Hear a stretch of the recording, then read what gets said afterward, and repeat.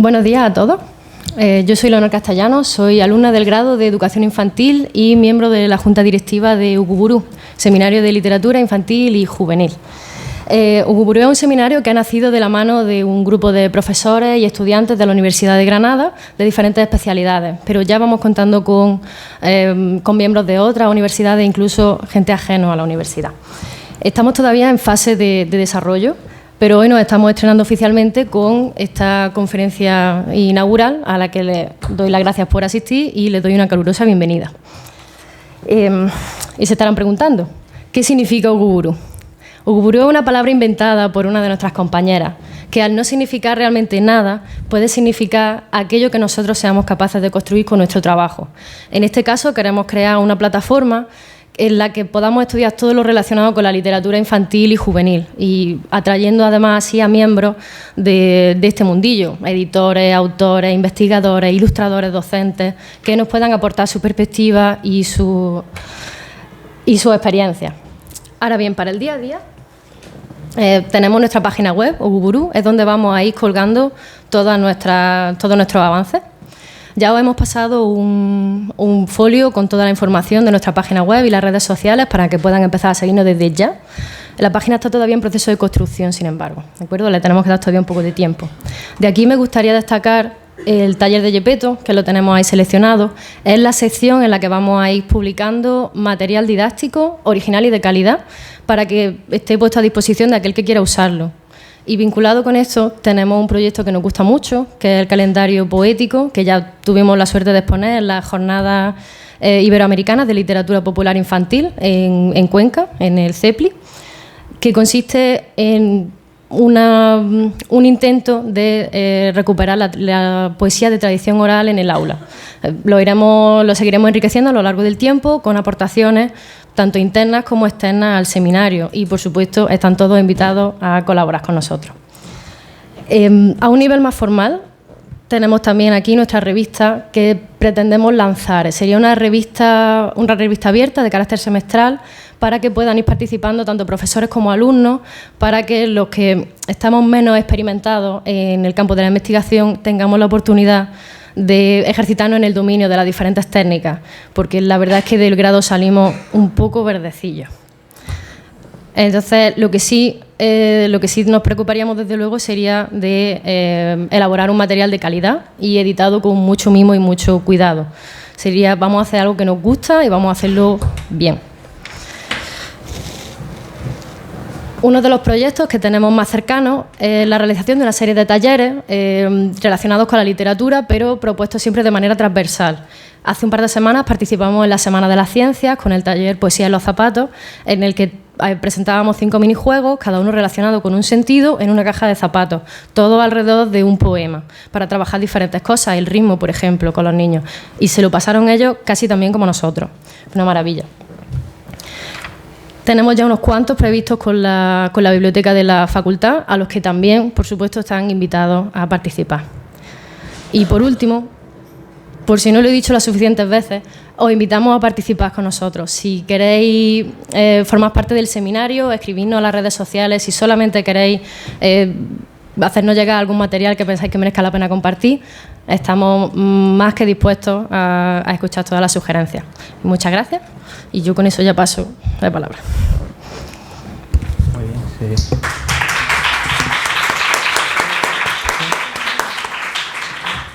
¿Se escucha?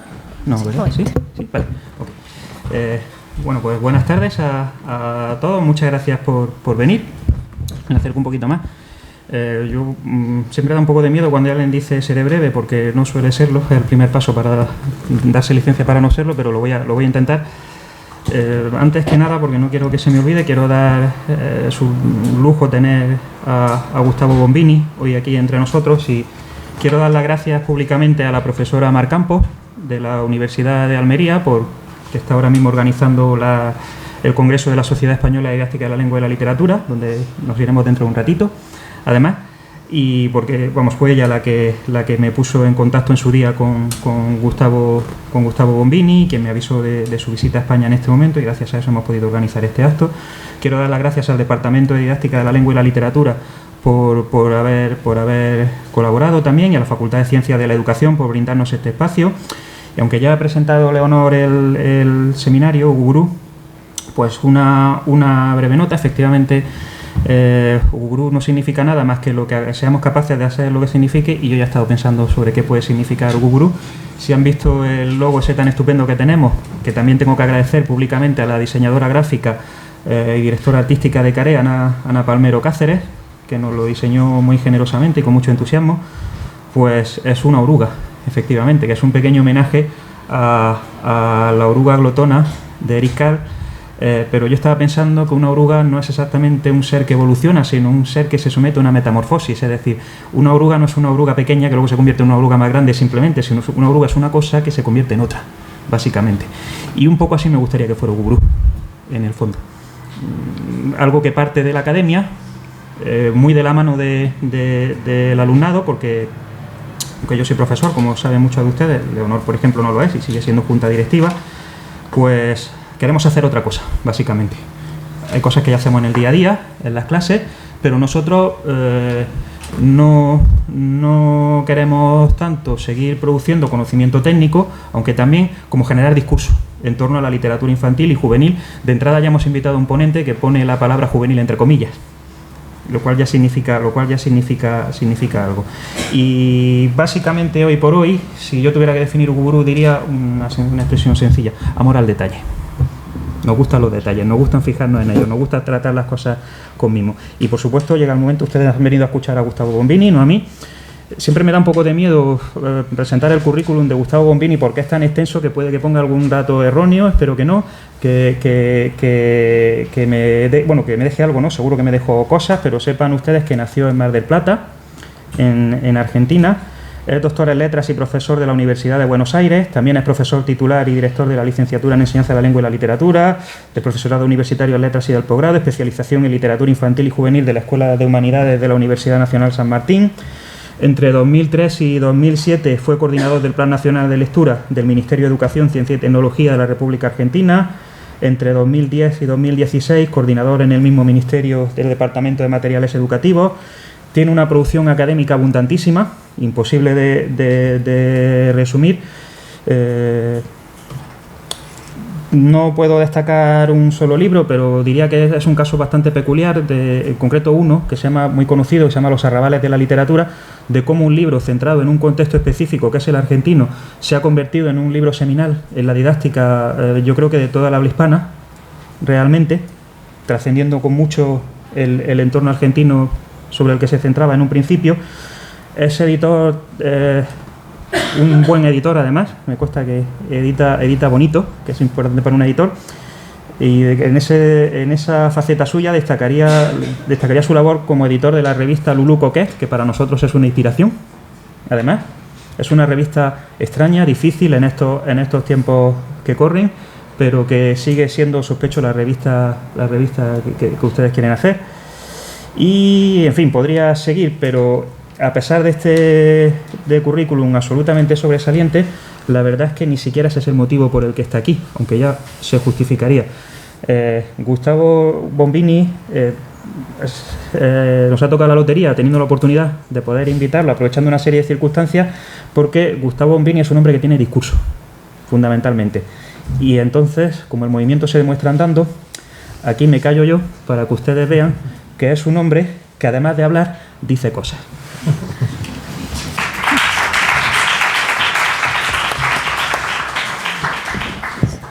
Bueno, muchas gracias por esta presentación de ambos. Muchas gracias a ustedes por estar aquí presentes. Y para mí es un honor estar en Ugugurú, enterándome que no quiere decir nada, sino que puedo ayudar a potenciar esa transformación de la que hablaban. Bueno, aportando algo de mi reflexión, de mi experiencia, de lo que conversemos también luego de que yo hable un ratito. Bueno, hago otra vez énfasis en el agradecimiento a la invitación. Con Juan nos conocimos en Buenos Aires en el 2015, porque él vino a participar de un seminario sobre lectura que fue muy, muy interesante, que compartimos las primeras clases, problematizando cuestiones de la pedagogía, de las políticas de lectura, y esta cuestión de las políticas tiene que ver con ese antecedente que recién Juan mencionaba, de haber trabajado en la gestión pública, y el trabajar en la gestión pública tiene que ver también quizá con algo del contenido de lo que Juan planteaba recién, que es la relación entre la actividad académica, la vida académica, pero también la producción por fuera de la vida académica, y en este caso en las políticas educativas, ¿sí? La necesidad de intervenir en las políticas educativas cuando se dan las condiciones, ¿no? Cuando uno cree que estando allí puede hacer cosas útiles. Y en relación con esas cosas útiles empezaba mi alocución con un pequeño homenaje que le quiero hacer a una colega argentina, que falleció recientemente y que participó fuertemente con nosotros en la construcción de unas políticas públicas relacionadas con la presencia del libro en las escuelas, en las bibliotecas escolares. Alicia Salvi, que fue presidenta de Libia Argentina en varios periodos, que fue, y estaba pensando, ¿no?, en su trayectoria para pensar esto que ustedes decían recién, ¿no?, de pensar la idea de red, de la relación entre la formación académica y el afuera. Alicia, como muchos otros, hemos tenido que construir caminos nuevos a partir de que nuestra titulación académica, por ejemplo, y nuestro recorrido de formación no incluía a la literatura infantil como un tema de la formación, ¿no? Decimos que es un área de vacancia, ¿sí?, tanto en la investigación como en la formación. Aunque forma parte de los currículos, tenemos mucha deuda de trabajo allí. Y Alicia se formó en la Universidad de Buenos Aires en un momento bien interesante, que era la década del 60, y sin embargo su recorrido profesional la llevó a seguir formándose. Incluso ella hizo el posgrado de CEPLI, de Castilla-La Mancha, aquí en España, etc. Bueno, la gestión pública, para Alicia, para mí, han sido espacios de aprendizaje, espacios de formación, espacios para saber más acerca de cómo trabajar con la literatura, etc. Bueno, no quería dejar de mencionarla, de traerla, que esté aquí con nosotros, porque ha sido una compañera de esa lucha que tuvimos sobre todo hasta el 2016, cuando en realidad hubo un cambio de gobierno muy significativo en la Argentina y un cambio de políticas educativas que ahora nos están machacando en términos de pérdida de derechos, ¿sí? Y para nosotros el derecho a la lectura, el derecho a la escritura, el derecho a la enseñanza se traducía en la presencia material de los libros en las aulas, la presencia material de los libros en las bibliotecas, en las escuelas, y hemos visto cómo en sectores de los más pobres de la sociedad la presencia del libro ha tenido una función transformadora. Y hoy mismo, cuando uno sigue recorriendo el país, ya no como funcionario, pero se vuelve a encontrar con la gente que está en las escuelas, uno le dice, bueno, los libros no han sido confiscados, están ahí, y entonces hay que seguir trabajando. La continuidad de las políticas se va a seguir produciendo en la apropiación de los libros, en una posición activa, activa al respecto. Bien, entonces pensaba que, entrando ya en tema, pero ya entré, pensaba en esta idea, que por ahí es fundante también en este seminario, en esta idea de que la literatura infantil como campo cultural, la literatura infantil ligada al campo pedagógico, se podría pensar como un tipo de producción cultural susceptible o fuertemente, podríamos decir, orientada hacia la intervención. Es decir, hacia la idea de que la literatura infantil y la producción y las prácticas de lectura y escritura de literatura infantil se vinculan directamente con la idea de una intervención pedagógica.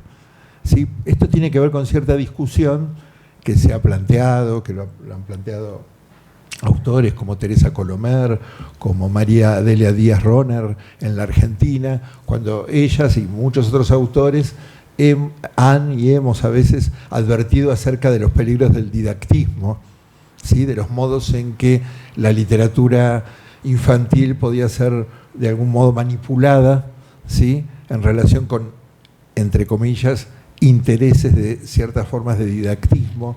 Hemos discutido también más recientemente la idea de la literatura en valores, cuando eso de los valores se convierte en una etiqueta, digamos, en una etiqueta editorial casi, que poco dice acerca de la práctica de la lectura y que peor sobredetermina de alguna manera las formas de leer.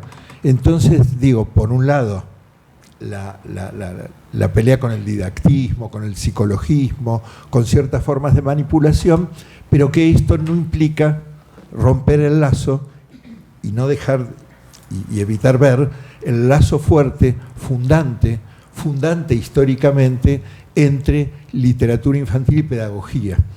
Digo, ahí hay una capa histórica importante de seguir siempre revisando, donde en una historia de la pedagogía la configuración de la noción de infancia y de la noción de niño ocupa un lugar relevante y la literatura está ahí, ¿sí? La literatura está ahí.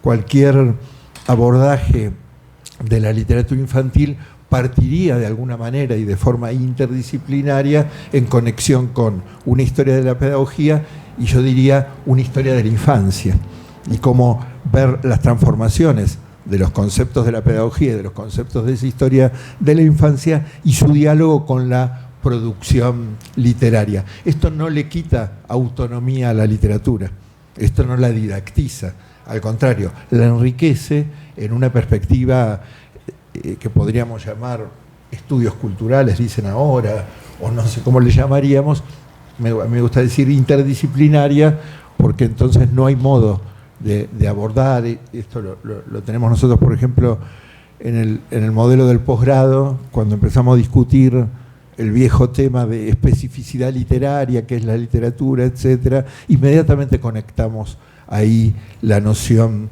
de infancia ligada a la configuración de los sistemas educativos, que es la infancia para el sistema educativo, y ahí está la literatura infantil.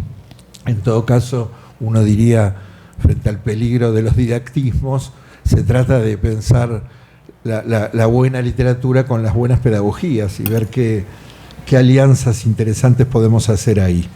Esta es una primera cuestión, porque a veces incluso los literatos se ponen puristas y dicen, no, pero la literatura es autónoma, la literatura no se cruza con otros campos, es en sí misma una práctica, y muchas veces se produce cierta forma de crítica literaria infantil muy inmanentista, muy metida hacia cierta dimensión retórica que olvida los contextos de producción, los contextos de lectura, los modos de apropiación, las historias, etc.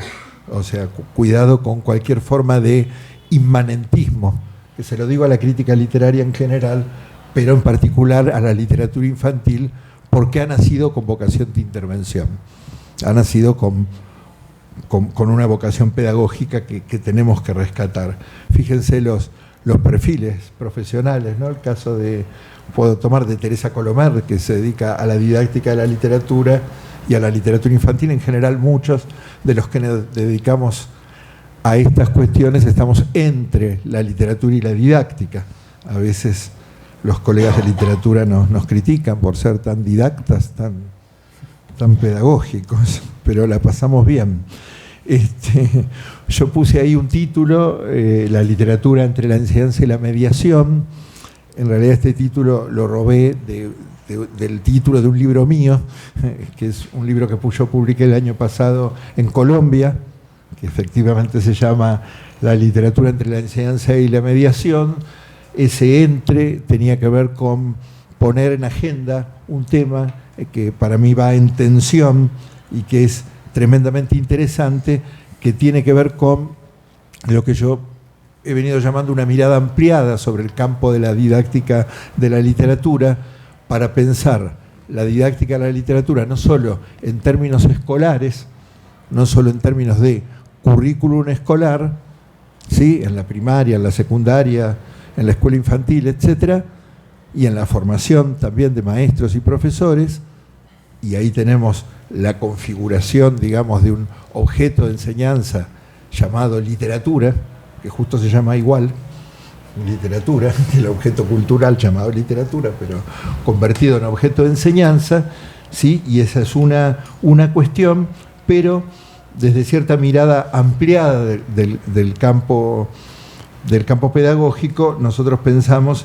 en el concepto del más allá de la escuela, ¿sí?, que es un concepto que viene del campo de la educación no formal, de la educación popular, pero que son otras discusiones más viejas, pero en todo caso tomamos el más allá de la escuela para pensar en todas aquellas prácticas que tienen a la literatura como objeto, decimos como objeto de mediación, y que son prácticas, digamos, de intervención también, que son prácticas a su manera pedagógicas, que son prácticas culturales, que tienen que ver con otras políticas, con las políticas culturales, con las políticas de las asociaciones civiles, de ciertos modos en que distintos sectores de la ciudadanía se apropian del discurso, de la literatura, y hacen de eso algo activo, y para mí eso también es didáctica de la literatura, en el sentido de que ahí hay prácticas en las cuales la literatura es objeto de mediaciones, ¿sí? Es objeto de mediaciones. Yo no sé si la palabra mediación está arriba de la palabra enseñanza o la palabra enseñanza arriba de la palabra mediación. Toda enseñanza es una mediación, toda mediación es una enseñanza. Alguien lo resolverá. En todo caso pondría una barra entre mediación y enseñanza para ver cómo se vinculan esos términos, pero en realidad mi insistencia en tomar los dos términos tiene que ver con evitar las polarizaciones que se han venido produciendo en América Latina, pero también las he visto aquí, entre, de un lado, el campo de la enseñanza y por otro lado el campo de la promoción de la lectura. Y a sabiendas y muy conscientemente no uso la palabra promoción, que tiene significados que se abren en muchos sentidos, aún los vinculados con los intereses de la industria editorial, que usa la palabra promoción para hablar de varias cosas, entre ellas para acercarle a los profesores los libros para que los conviertan en lectura obligatoria, ¿sí? Y eso también es hacer promoción. Ahí sí le ponemos muchas comillas al término promoción, y por eso mediación, en algún momento lo elegimos adentro de nuestro discurso en las políticas públicas. Veíamos que Michel Petit en algún momento hablaba de mediación y nos interesó el modo en que ella lo planteaba, la antropóloga francesa que ha trabajado las cuestiones de lectura y que nos ha visitado mucho en Argentina. Y entonces, para pensar ese más allá de la escuela, elegimos este término mediación y decimos que lo elegimos en lugar de promoción. Pero bueno, planteado escuela más allá de la escuela, lo que decimos es, esto no es una oposición, sino que es un continuum de prácticas, algunas instaladas en el sistema formal, ¿sí?, pero no por eso tan formales, y otras instaladas fuera del sistema formal, pero no por eso tan informales, tampoco programadas, tampoco previstas, etc. Sin embargo, se ha generado, y dentro del propio campo de la literatura infantil, y a veces de los portavoces de la literatura infantil, que son algunos especialistas de la literatura infantil, a veces los propios escritores, cuando hablan sobre la enseñanza, empezaron ahí en los 90 a construir un discurso de polarización y antinomia, ¿no? Algo así como la escuela es de alguna manera la culpable del fracaso en la formación de lectores. La escuela, con su tradición de la tarea obligatoria, de la lectura obligatoria, de los modelos de análisis y de los didactismos, ha fracasado. Debemos abandonar la escuela porque del otro lado está la práctica condenada al éxito, que es la práctica de la promoción de la lectura. Y ahí está el tallerista, el narrador oral, el escritor que va a dar una charla con los niños, etcétera, condenado al éxito. Esto de condenado al éxito en la Argentina da cierta risa porque en plena crisis del 2001, cuando se hundía el país y tuvimos 5 presidentes en 10 días, uno de ellos dijo: no se preocupen, la Argentina está condenada al éxito. Y a mí esa frase me quedó y nos quedó a todos en realidad, y siempre la digo: el mediador de lectura es como la Argentina, está condenada al éxito, pero vaya éxito, ¿no? Entonces cuidado con polarizar, y el maestro condenado al fracaso, obstinado, conservador, puesto ahí con su tarea diaria, pero qué persona tan poco interesante el maestro y qué persona tan fascinante el mediador, que pasa hasta en una sesión de 1 hora y un poquito y se retira, y él no tiene nada que ver ni con la producción del currículum, ni con los problemas de la evaluación, los problemas de la enseñanza, etcétera, etcétera, pero genera una suerte de una mesa de libros, tal y tal. Bueno, esa lógica que la hemos discutido desde adentro de las políticas públicas, porque muchos planes de lectura, incluso de nuestra región latinoamericana, estaban sustentados sobre lo que yo llamaría acciones efímeras, que no dejan ninguna marca en lo que es la construcción de la escolarización. Y ahí estaba nuestro debate. Y ahí nos dimos cuenta también desde un momento exitoso, después del 2003 al 2015 de nuestro país, nos dimos cuenta que se iban constituyendo entre bibliotecarios, maestros y profesores también de secundaria nuevos perfiles profesionales, ¿sí? De colegas que estaban trabajando en la escuela formal, pero que también trabajaban en otros espacios. Iban de la escuela al más allá de la escuela. De mañana estaban en la escuela, de tarde estaban en un club de jóvenes trabajando la literatura. De mañana estaban en la escuela enseñando gramática y lingüística, y de tarde estaban en un barrio crítico, digamos, de sectores populares, haciendo una tarea interesante. Digo, en los últimos años, en los últimos 15 años en la Argentina, los perfiles profesionales de la gente que sabe literatura, no importa si son de letras, también los maestros, y que trabajaba con la literatura infantil, se fueron enriqueciendo en términos de diversas prácticas. Nosotros, en nuestro trabajo de formación en la Universidad de Buenos Aires y también en la Universidad, de La Plata en un momento, y ya luego en la Universidad de San Martín, apostamos a que en los programas de formación esas prácticas profesionales, que podíamos llamar no formales o del más allá de la escuela, fueran parte de la experiencia de formación. Que nuestros estudiantes trabajaran, por ejemplo, con adolescentes en conflicto con la ley, que están en lo que llaman cárceles de menores, ¿sí? Y que entonces los estudiantes de literatura hicieran talleres con los chicos que no están escolarizados, pero sí están encerrados en conflicto con la ley, con mucho tiempo ocioso, y que entonces pudiéramos estar ahí con nuestros estudiantes para trabajar con chicos y darnos cuenta que ahí había modos de producción, modos de escritura muy interesantes de los que ayer estuvimos hablando, pero también en espacios donde había chicos que estaban y cuando digo chicos, en este caso estoy pensando en adolescentes que estaban en situación de consumo problemático de sustancias, haciendo tratamientos ambulatorios, etcétera, y también con mucho tiempo liberado en esos tiempos y con una necesidad, en ese caso, de la toma de la palabra, ¿no? Pero no solo la palabra que necesitan los psicólogos y los psiquiatras en el contexto de este tipo de tratamiento, sino otra palabra más liberada de construcción de la subjetividad, pero de otra manera, sin conversar con los psicólogos, sino generando la construcción de una palabra propia. Y ahí también nos dimos cuenta que teníamos perfiles interesantes. ¿Y qué quiero decir con esto?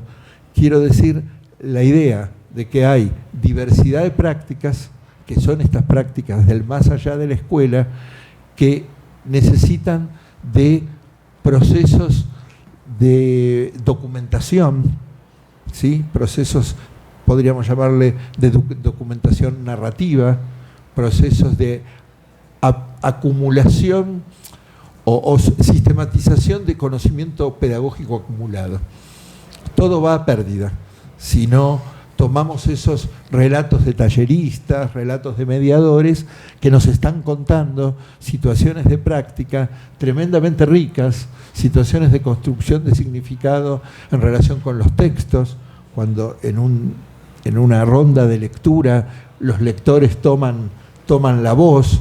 Entonces, bueno, nosotros venimos trabajando tanto en aquel momento con Alicia y otros compañeros en la producción de dispositivos de escritura narrativo por parte de los mediadores para la construcción de conocimiento pedagógico, para que toda esa experiencia no vaya a pérdida, para que cada vez que alguien ingresa a estos campos laborales no crea que es una tierra de nadie donde hay que inventar todo, sino que ya vamos construyendo tradiciones interesantes respecto de los modos de intervenir, ¿sí? Y esto me parece una clave muy, muy importante respecto de cualquier acción que nosotros queremos hacer de intervención, pero que, vamos a decir, el intervencionismo no nos haga olvidar que tenemos que ir produciendo conocimiento acerca de esa misma intervención, que nuestras intervenciones van a ser cada vez más ricas y más interesantes si nosotros hacemos un acumulado, pero porque además, si hacemos historia, bueno, vamos a encontrar, hablamos de una corriente que tiene presencia, que es española, ¿no? Pero que tiene presencia también en la Argentina, con esto de Lorca yendo para aquí y para allí, que son las misiones pedagógicas. En torno a las misiones pedagógicas, los artistas, por ejemplo, titiriteros, o los artistas de teatro infantil, allá en los años 30, 40, en relación con los maestros, crearon muchas situaciones de pedagogía interesante, que era de la mediación de lectura, que era de la mediación del teatro, la mediación del cine, incluso incipiente, pero ahí en las misiones pedagógicas estaba el cine. Estamos con un compañero haciendo una recopilación de algunos personajes bien interesantes que empezaron en clave de misiones pedagógicas y terminaron llevando lo que se llamaba el cine club infantil a cierto tipo de prácticas de lo que era el cine debate entre adultos, digamos, que eran unas prácticas muy de los 60, 70, pero pensadas en el trabajo con los niños, y algunos de estos autores bien interesantes como Víctor Iturralde llegaron a la televisión de los 70, a tener algunos micros o dentro de programas destinados a los niños, donde había una presentación de películas infantiles. Digo, toda una pedagogía acaso invisibilizada porque creemos que la única pedagogía es la pedagogía del currículum, porque creemos que la única pedagogía es la pedagogía de las competencias. Sí, seguramente esa es la oficial, esa es la dominante, esa es internacional, pero tenemos que rastrear en nuestras propias prácticas y en las prácticas pasadas para darnos cuenta que estamos haciendo pedagogía y estamos construyendo pedagogía de la literatura, del lenguaje y del arte desde otras posiciones. Y desde otros modos de esto que decía Juan, de construir discurso, ¿no? Porque en todo caso, toda práctica debe configurar una nueva discursividad. Y esa nueva discursividad es nuestra palabra, es nuestro modo de hacer, nuestra posibilidad de decir nuestra práctica. ¿Sí? En ese sentido, yo he aprendido mucho de aquí, ¿no? Porque hay un libro del año 2001 de colegas de esta universidad de Bolívar, Domingo Bolívar, ese libro que se llama La investigación autobiográfica, etcétera, de un libro bien interesante publicado aquí en España, que yo lo compré en esa época, y ahí nosotros hemos tomado esta idea de la investigación biográfico-narrativa como el modo en que mediadores, maestros, formadores y profesores van generando textos acerca de sus prácticas. Aquí la cuestión de la producción propia tiene un sentido bien interesante, digo porque acá mismo en este libro de la literatura entre la enseñanza y la mediación, en el libro colombiano, en algún momento yo puse un título más o menos que decía las prácticas de enseñanza de la lengua, de enseñanza y de mediación desde una mirada no prescriptiva. ¿Sí? ¿Qué quiere decir ser no prescriptivo en un territorio donde lo único que se ha esperado siempre es producción de prescripción, de la didáctica y de cierta didáctica pensada como una técnica, se ha esperado, esa es la expectativa que tienen mis alumnos en la universidad, que les digamos cómo enseñar.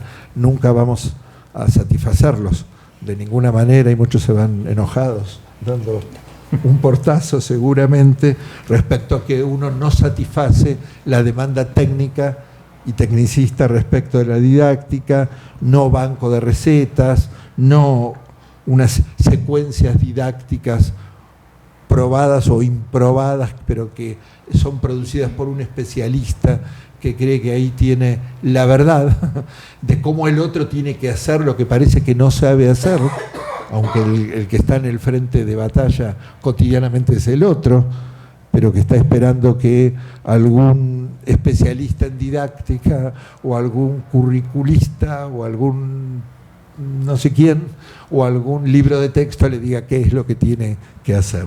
Nosotros queremos dar vuelta a eso, queremos pensar en la construcción de una reflexión y una mirada crítica acerca de la práctica como condición de producción de la práctica, y ahí, aparece también en algunas publicaciones propias y ajenas, alguien puso por ahí el rótulo, una mirada sociocultural.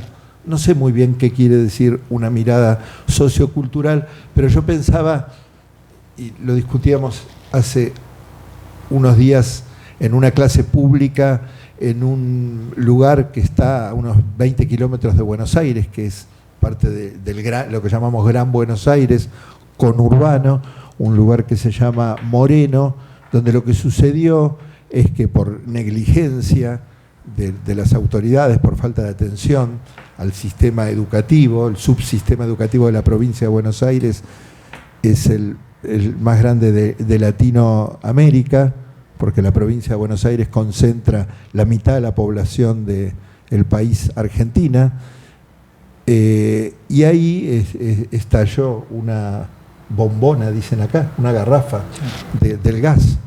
Estalló en el comienzo de la jornada escolar y murió la vicedirectora de la escuela y un auxiliar de la escuela murieron esa mañana.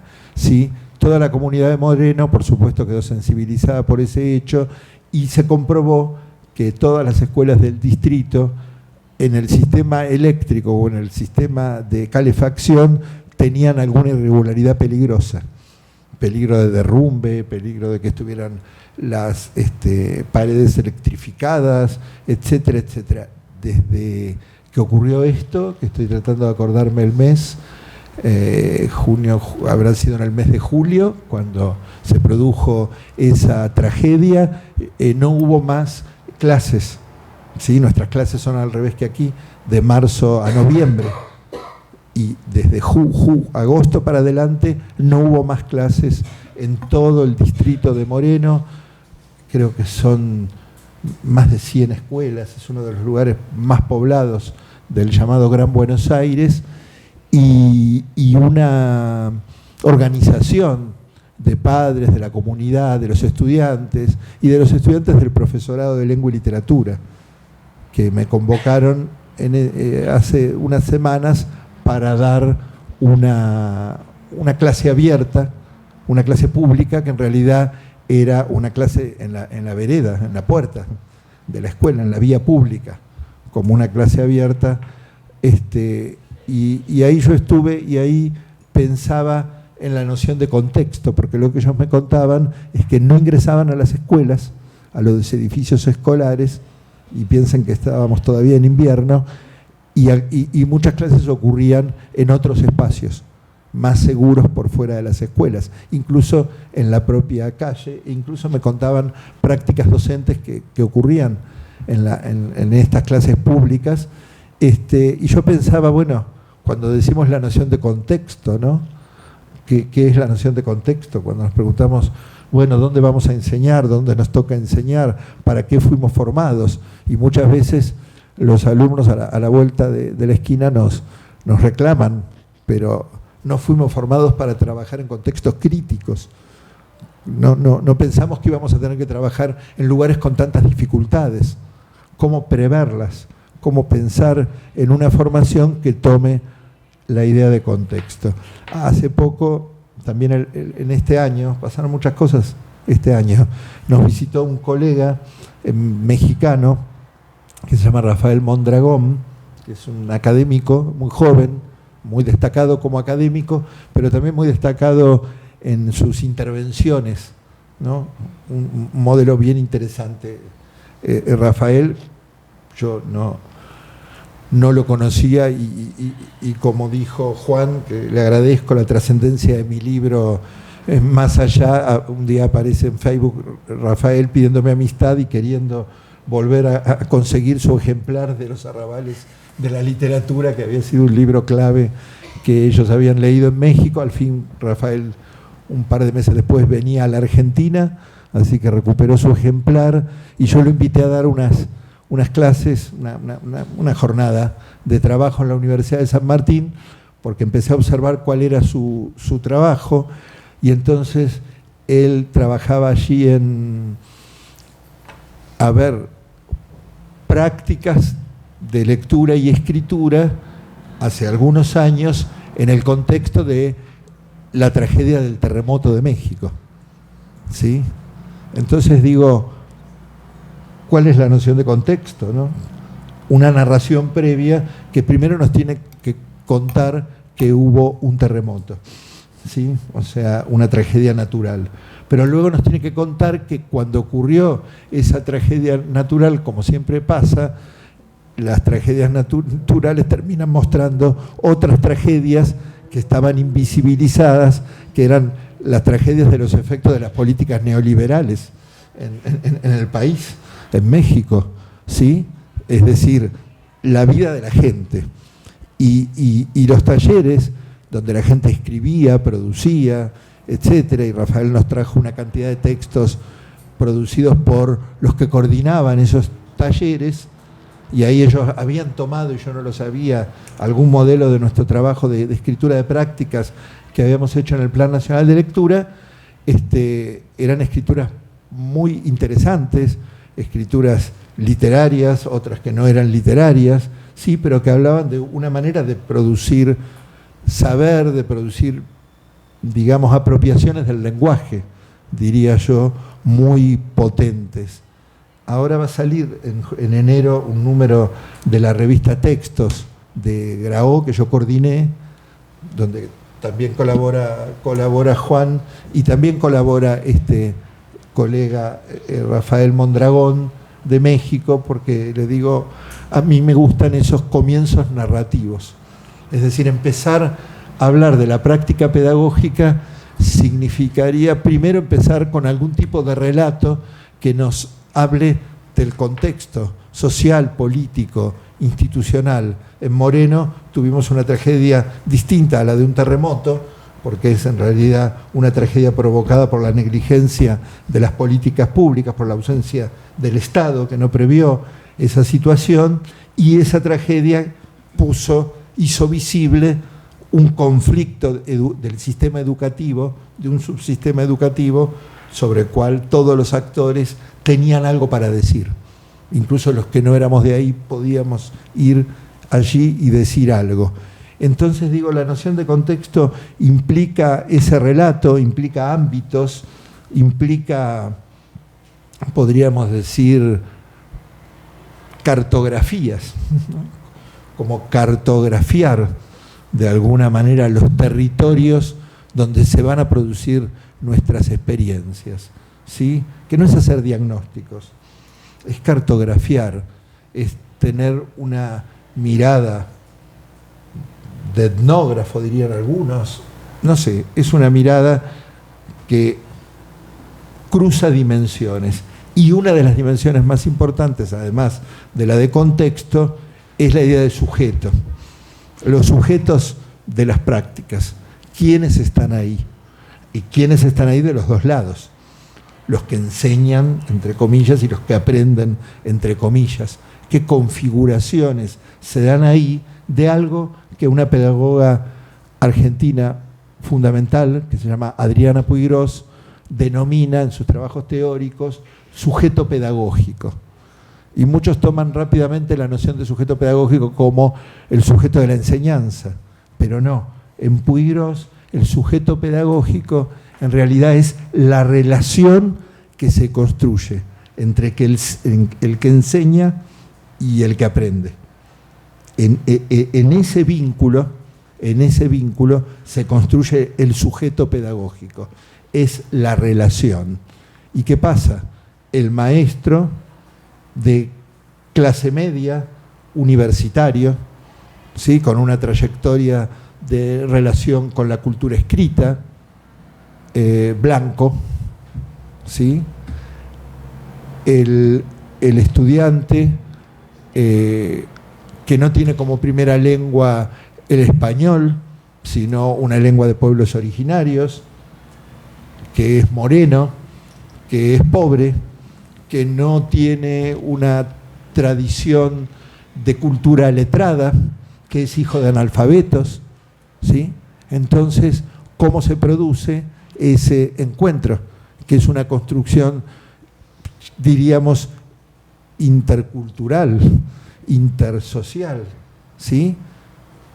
Porque en algún momento decían, sí, si las chicas de las clases más pobres se convierten en maestras, decían algunos expertos sociólogos por ahí, se va a degradar el sistema educativo porque las maestras deberían salir de las clases medias ilustradas.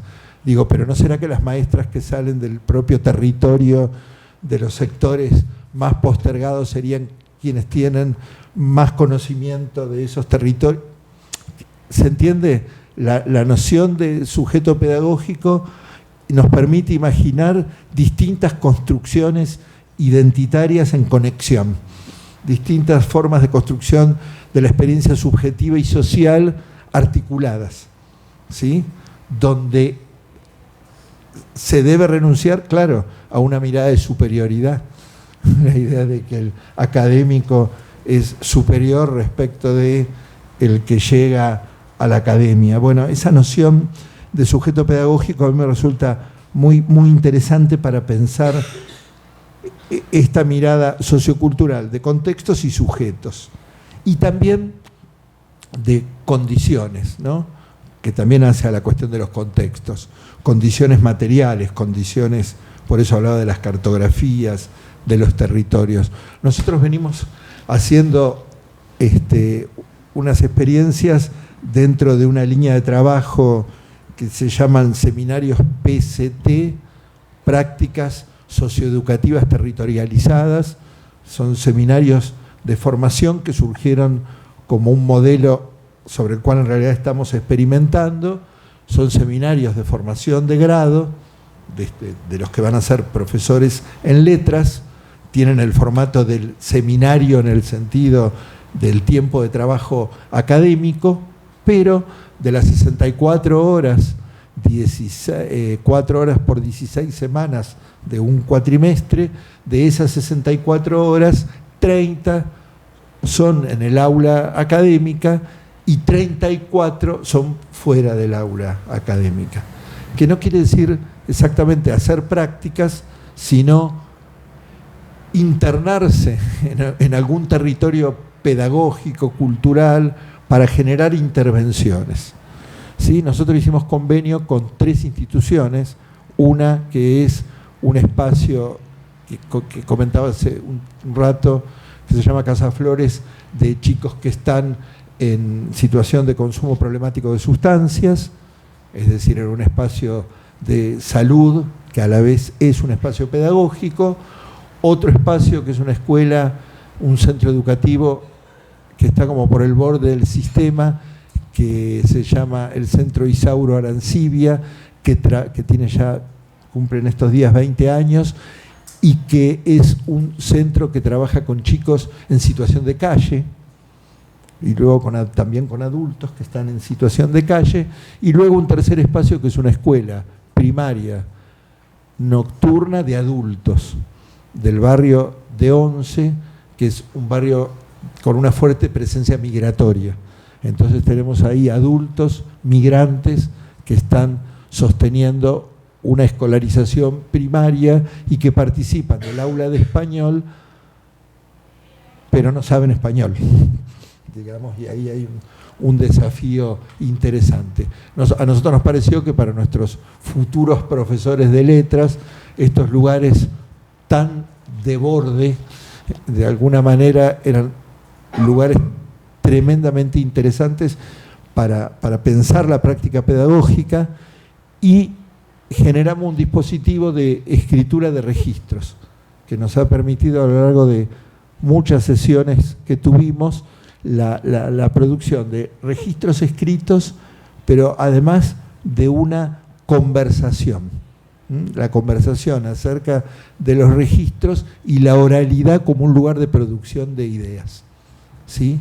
Y yo el miércoles, sí, antes de venir para aquí, que salí el jueves de Argentina, el miércoles a la noche tuvimos la última sesión del seminario, y lo que nos pasaba ahí que nos fue pasando es que estábamos 3 horas o 3 horas y media conversando, hablando sobre las prácticas, hablando sobre qué había pasado en el Isauro Arancibia, qué había pasado en Casa Flores, qué había pasado en la escuela de Once, porque estaban repartidos los 8 estudiantes en estos 3 lugares, y 3 coordinando, y una compañera de Brasil que está haciendo una pasantía también allí, un alumno que es un pasante alemán que mira todo esto con tremenda extrañeza y sorpresa, y nos dimos cuenta que ahí había un lugar de aprendizaje y de producción de conocimiento en esas escrituras, donde fuimos problematizando la cuestión de cómo se producen las intervenciones, de cómo se produce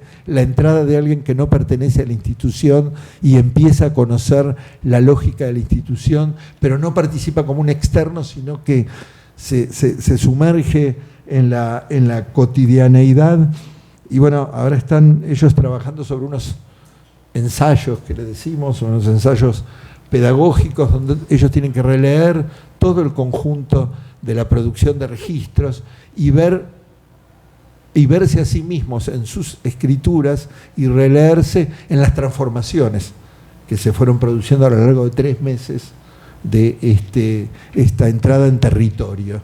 Y la palabra territorio viene de la modalidad de los seminarios, esta cuestión de lo territorial, pero junto con lo territorial nosotros pensamos, porque precisamente es un seminario, aquí hay producción de conocimiento.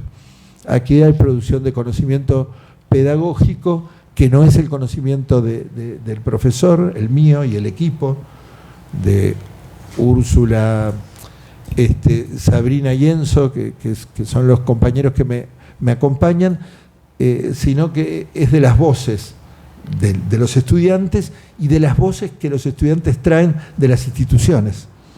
¿Sí? Porque empieza a hacerse un trabajo de análisis de caso, de análisis de escenas, de análisis de situaciones, donde entonces las voces aparecen ahí. Ahora, ahí había un fondo muy interesante que se discute en América Latina, que quizás tiene que ver con la tradición de Mariátegui en Perú, discutiendo aquella cuestión de la relación de la universidad con la sociedad. ¿Y qué relación hay entre la universidad y la sociedad? O la universidad está replegada hacia sí misma y es una especie de isla, o la universidad abre sus puertas y establece y entiende que hay espacios de producción de conocimiento que no son ella misma, con los cuales puede dialogar y producir de manera colaborativa. Estos seminarios se inscriben bajo una idea que es la curricularización de la extensión universitaria. La extensión universitaria, que es la hermana pobre frente a la docencia y a la investigación. La más prestigiosa es la investigación, luego sigue la docencia, que tiene que andar defendiéndose, y la extensión, que suele ni siquiera tener presupuesto propio y sale a vender servicios, que eso no es extensión, eso es otra cosa. La extensión tiene que ver con la producción de conocimiento con el afuera, en un diálogo de la universidad con la comunidad, ¿sí? Pero en un diálogo abierto, pero que la comunidad no es únicamente la comunidad empresarial, no la comunidad, porque también comunidad tiene ese sentido. La comunidad es, digamos, los modos en que la sociedad civil desde otros lugares está alerta a la producción de conocimiento. Y lo puedo pensar en las políticas de salud, no solo en las políticas educativas, quiero decir, cómo se da, digo, qué sé yo de cómo las madres que viven en situación precaria, en lo que llamamos villas, ¿no? En las casas precarias, bueno, cómo se construyen las condiciones de salubridad para criar un niño, para darle de amamantar a un niño, cómo está esa madre, en qué condiciones, en una habitación única. Bueno, si tengo que formar a un médico para que pueda mirar esa escena, que no es una escena de clase media, ¿sí? También tengo que formar a un pedagogo para que pueda mirar la escena, porque luego el pedagogo dice, el maestro, bueno, hagan la tarea en el hogar y que los padres lo ayuden, ¿sí? Pero resulta que la familia vive hacinada en un único ambiente que funciona como dormitorio, como lugar para comer, como esto, y los niños del barrio de La Boca se quedan mucho tiempo en la escuela y los alumnos le dicen por qué se quedan, por qué no vuelven a su casa. Sí, cuando uno piensa que cuando llega la hora lo que los niños quieren hacer es irse rápidamente de la escuela, porque la escuela es más confortable que la casa, porque la escuela es un edificio sólido, con paredes, calefaccionado. Entonces, maestra, me puedo quedar más tiempo, ¿sí? Por eso las políticas de escuela de jornada completa son muy importantes, porque albergan a los niños, y más horas de escolarización son más horas de cuidado, más horas de un nivel de vida mejor. Digo, hay una sensibilidad particular que tenemos que tener ahí, porque digo, esto es tema de la didáctica. Quiero decir, no es tema de los asistentes sociales, no es tema de los pedagogos con sensibilidad, no. Esto es tema de la didáctica, la construcción de la enseñanza del lenguaje, de la enseñanza de la literatura y de la enseñanza de la literatura infantil se da en estas condiciones. Porque seguramente en esas escenas de los chicos de La Boca que no vuelven a su lo digo porque lo vi hace poco, digo, no se van, ¿qué hacen? Siguen girándonos, dice, se quieren quedar, porque están aquí muy confortables. ¿Qué aparecen ahí? Los libros. ¿Qué aparecen ahí? Claro, los clubes de lectura. ¿Qué aparece ahí? Un grupo de estudiantes jóvenes voluntarios que van a pasar unas tardes acompañando a los chicos en estos procesos. ¿Qué está ocurriendo ahí? Lectura. ¿Qué está ocurriendo ahí? Alfabetización. ¿Qué está ocurriendo ahí? Formación cultural, ¿sí? Por eso tenemos que también tener mucha plasticidad, porque entonces, Si digo, ay, ¿cómo se construye la secuencia didáctica del taller de por la tarde? Me voy a equivocar, no son esas las herramientas. Las herramientas seguramente tienen que ver con relatos de vida, con los modos en que los chicos, diríamos, se apropian de esos bienes culturales que son nuevos, que no están en el hogar, ¿sí?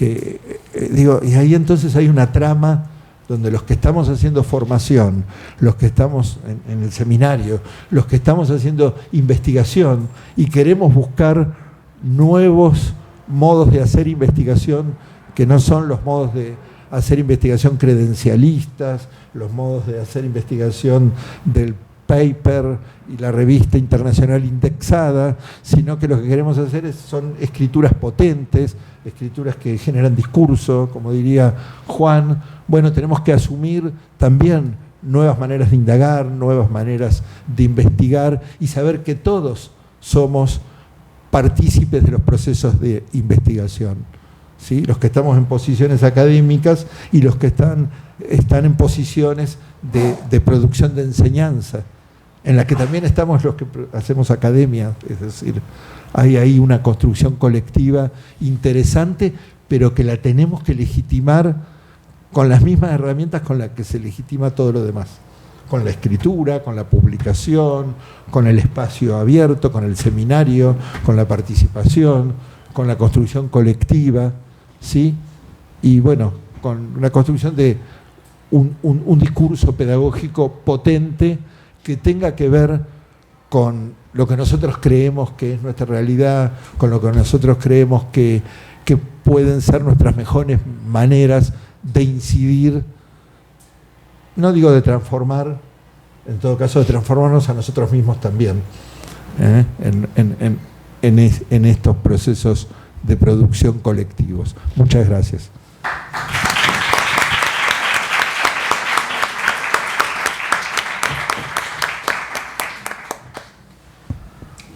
Bueno, pues si les parece, abrimos un turno de preguntas por si alguien quiere intervenir, decir algo. Sería interesante. Para ratificar la idea. Desde luego.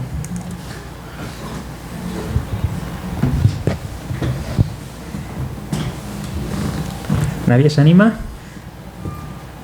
Siempre tiene que estar el primero. Cualquier comentario, digo, o algo que haya generado la exposición. Está entonces cómo se interpreta la labor del educador en un contexto de crisis. En un contexto del educador no tiene que perpetuar la marginalización que se encuentra cuando él está en la aula, sino que tiene que, desde la intervención educativa, interrumpir esa marginalización o incluso revertirla si puede a través de la educación. Por lo que no hay una relación, o por lo que la futilidad del academicismo que solo se sirve a sí mismo.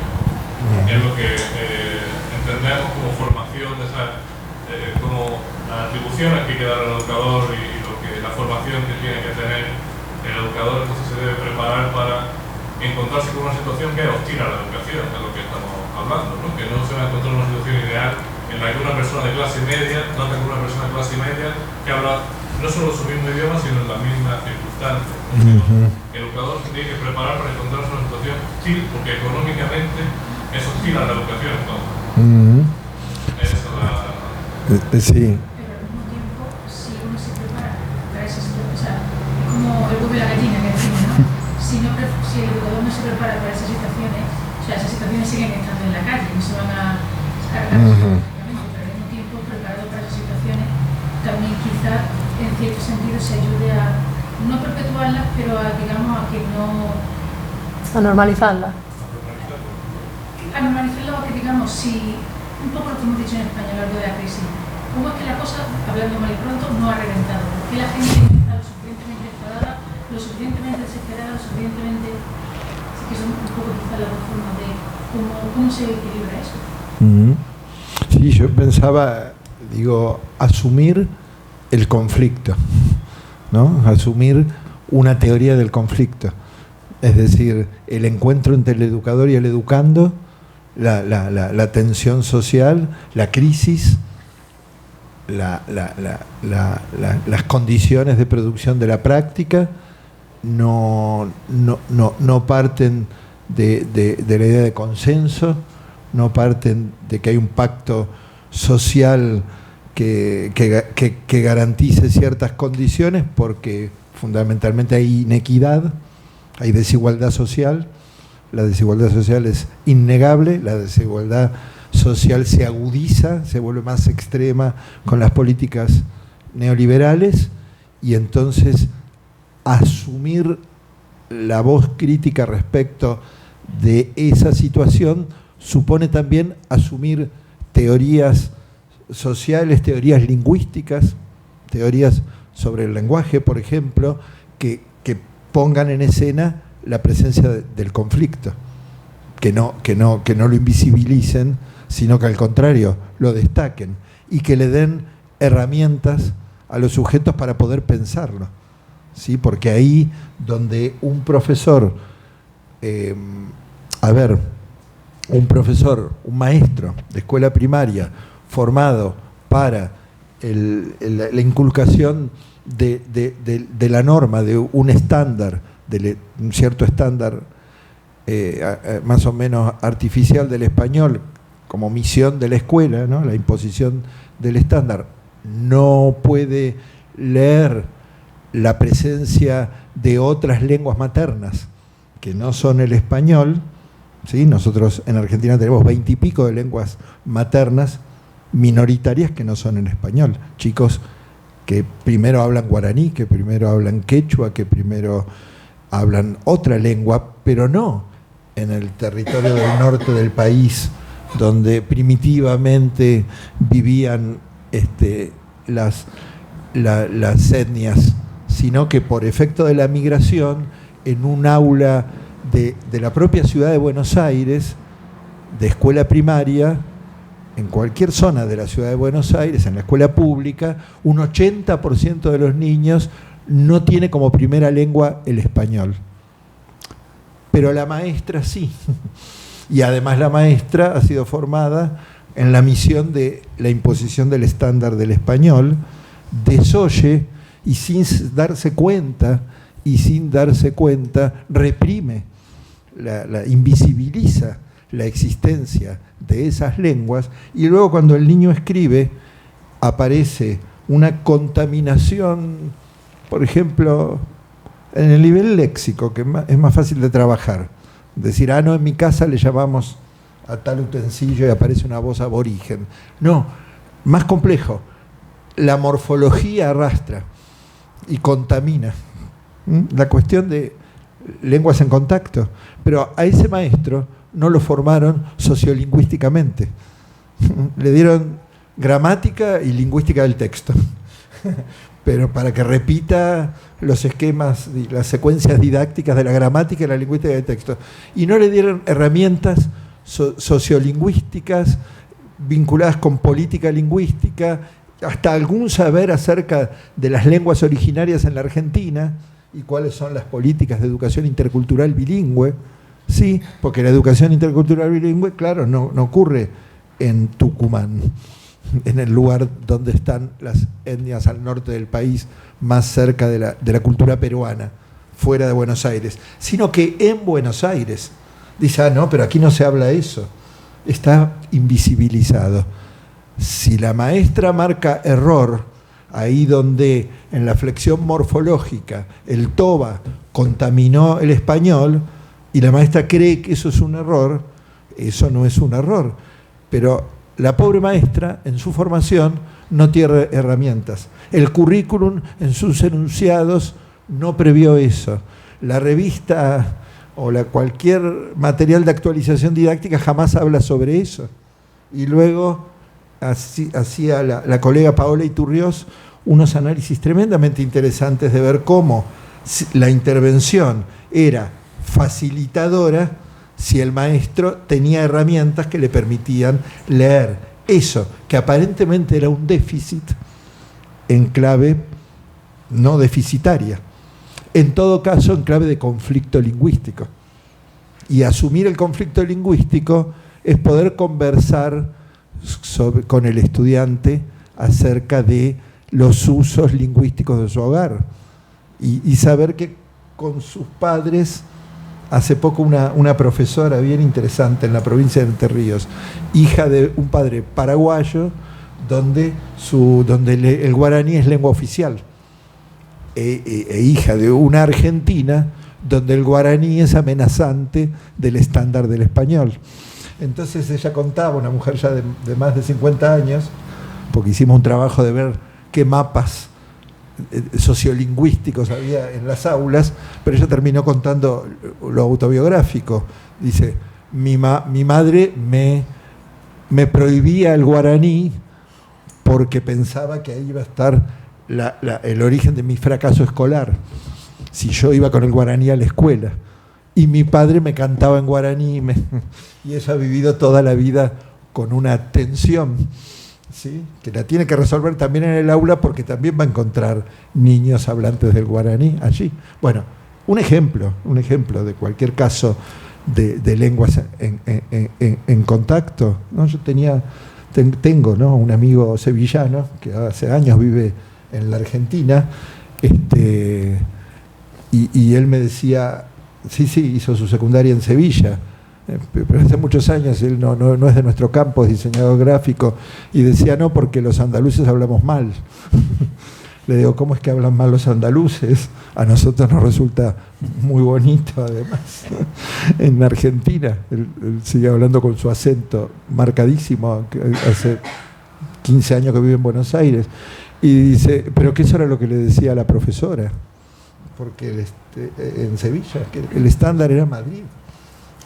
Y nosotros podemos seguir sosteniendo que el estándar es Buenos Aires, cuando las hablas singulares de la zona norteña, sobre todo, muy marcadas por la influencia de las lenguas aborígenes, genera un sonido de español, unas pronunciaciones, unos campos léxicos que son tremendamente ricos. Y parece que la escuela se formó, se configuró para no ver la riqueza, para no trabajar con la riqueza. Y la riqueza supone conflicto, asumir el conflicto. Entonces yo le digo a las colegas profesoras, ¿qué pasa cuando el alumno que tenemos enfrente no es igual a nuestro hijo?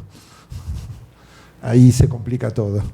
Si no es igual a nuestro hijo adolescente, parece que tiene otros consumos culturales, otra manera de vestirse, otros consumos que no son precisamente culturales, que desbordan, etcétera.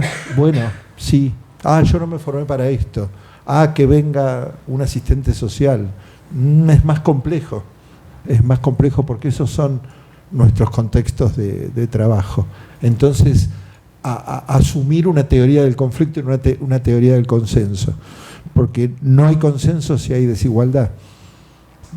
Entonces el sujeto está ahí leyendo, dice, no dejes. Cuando había una colega que iba a una intervención en un lugar cerca de la Villa 31, que es una villa histórica que está muy cerca del centro de la ciudad de Buenos Aires, y iba una colega desde afuera a hacer una intervención, y la maestra, que ya estaba enojada con sus estudiantes, que eran de clase bien pobre, apenas entra le dice, no vayas a dejar tu cartera en el escritorio porque te la roban. Porque estos son hijos de ladrones. Y tienen todos los estigmas. Luego eran unos niños que no robaban carteras. Y que si robaban carteras lo hacían en otro lugar, no en la escuela, o que ocasionalmente le podrían haber robado algún dinero a la maestra. Pero tantas fueron las prevenciones. Yo era el coordinador de esa capacitación y mi amiga llegó descompuesta, casi llorando. No sabes la maestra, qué dura. Estigma. Y construía estigmatización porque no podía configurarse ese sujeto. Dice, no, que a estas escuelas del centro antes venían chicos de estos barrios y ahora vienen de la villa.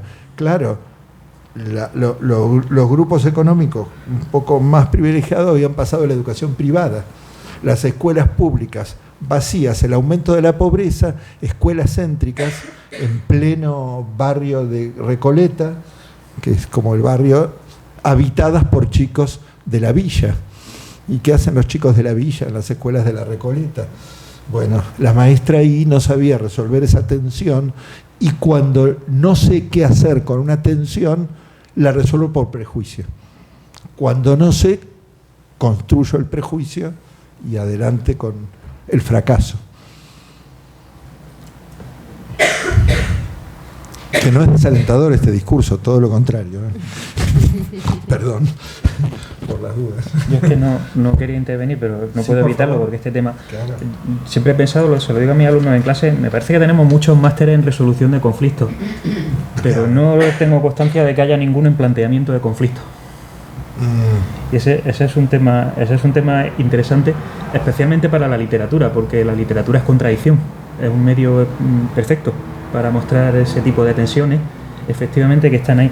Me he acordado, no sé por qué, de un documental que vi hace un tiempo, estábamos viéndolo en casa, que iba sobre la crianza de distintos niños en países diferentes. Entonces no recuerdo exactamente cuáles eran los contextos, pero recuerdo que se veía cómo se criaba un bebé durante los primeros años en Mongolia, en algún país de África que lamento no recordar, pero era así, uno en Estados Unidos, y ahí hubo un caso que me llamó la atención, porque el único libro que aparecía en Estados Unidos. Y había un momento en el que el bebé le pegaba a la madre, estas cosas que hacen los bebés, y la madre solventaba el conflicto precisamente mostrándole un libro, un álbum infantil, cuyo título era No Hitting. Y entonces el niño simplemente obedecía. Me llamó la atención cómo el libro ejercía una especie de poder intimidatorio por su mera presencia. Ya si lo situaba al bebé en un espacio, esto no se hace, los libros están para decirte que esto no se hace. Para disciplinar. Y en fin, sí, esa es la palabra. Ese poder disciplinador de la escuela, a mi modo de ver, el problema es que es invisible. Es decir, justamente como se ha hablado aquí, se va insertando a través de categorías que parecen técnicas. Esa es la cuestión, de una especie de saber de experto diseminado aquí y allá, pero no estaría mal, creo yo, de vez en cuando, pues poner de manifiesto la otra cara, sacarla a la superficie, porque siempre está ahí. Claro, la cuestión sería cuáles son las otras palabras que hablan de eso que necesitamos hablar. Exacto. Incorporar,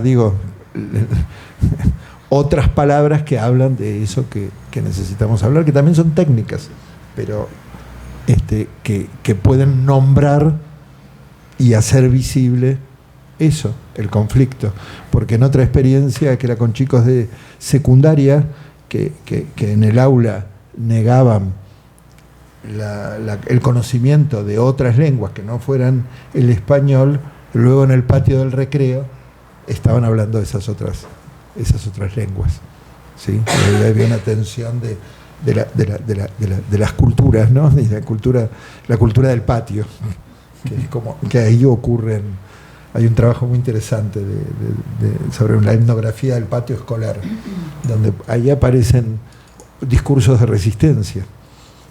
Lo que no aparece en el aula es dicho por fuera, ¿no? Entonces ahí hay algo bien interesante. Me parece que el nombrar tiene que ver, la posibilidad de nombrar tiene que ver con la construcción de ese discurso crítico, ¿no? Que es como el primer paso transformador. Bueno, ¿alguna intervención más? No, pues muchas gracias a todos por venir en un día que para nosotros ha sido realmente importante y especial. Aprovecho, por cierto, para lanzar la idea que tal vez podíamos hacer un seminario precisamente sobre qué decimos cuando decimos conflicto. Es un tema sobre el que podemos pensar, o mejor dicho, cuando no lo decimos nunca, pero sigue estando ahí. Y, en fin, agradecer a Gustavo su magnífica conferencia, que no es ninguna sorpresa para mí que haya sido magnífica. Y nada más, que nos acompañen por el camino, que tenemos mucho recorrido por delante. Muchas gracias.